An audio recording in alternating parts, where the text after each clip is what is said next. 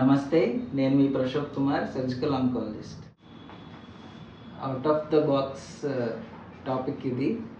What is sublimation? మనం చాలామంది cancer పేషెంట్స్ని కానీ ఏమైనా సఫరింగ్స్ చూస్తుంటాం. అంటే చాలా గ్రీఫ్లో బాధపడుతూ ఉంటారు.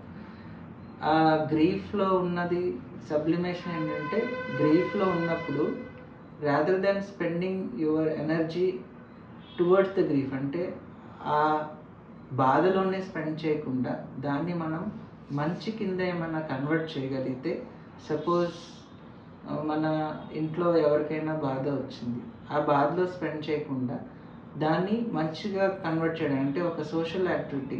ఇంట్లో ఉన్న బాధని మీరు బయటకు వచ్చి మొక్కలు నాటేశారు అనుకోండి, ఆ బాధలో ఆ ఎనర్జీ ఇన్ ద గ్రీఫ్ చాలా ఎక్కువ ఉంటుంది. కానీ ఆ ఎనర్జీని మీరు ఒక స్ట్రీట్లో మొక్క నాటుకోవడానికి పెట్టి ఉంటే ఖచ్చితంగా ఆ గ్రీన్ రెవల్యూషన్ అనేది ఆ స్ట్రీట్లో మీకు కనిపించిపోతుంది. So that is sublimation. అంటే మనం పెయిన్లో ఉన్నప్పుడు, బాధలో ఉన్నప్పుడు ఆ ఎనర్జీని అక్కడ స్పెండ్ చేయకుండా ఏదో ఒక మంచి activity in the sense service కానీ, లేకపోతే పర్సనల్ గ్రోత్ కూడా చాలా ఇంపార్టెంట్ అవుతుంది. చాలామంది గ్రీఫ్లో ఉన్నప్పుడు పర్సనల్ గ్రోత్ అంటే ఒక ర్యాంక్ కొట్టాలో, లేకపోతే ఒక ఉద్యోగంలో బెస్ట్ చూపించాలన్నా ఆ గ్రీఫ్లోని ఎనర్జీ మొత్తం కానీ మనం అందులో చూపించగలిగితే డెఫినెట్లీ మన సక్సెస్ రేట్స్ కూడా చూసే అవకాశాలు చాలా చాలా ఉన్నాయి.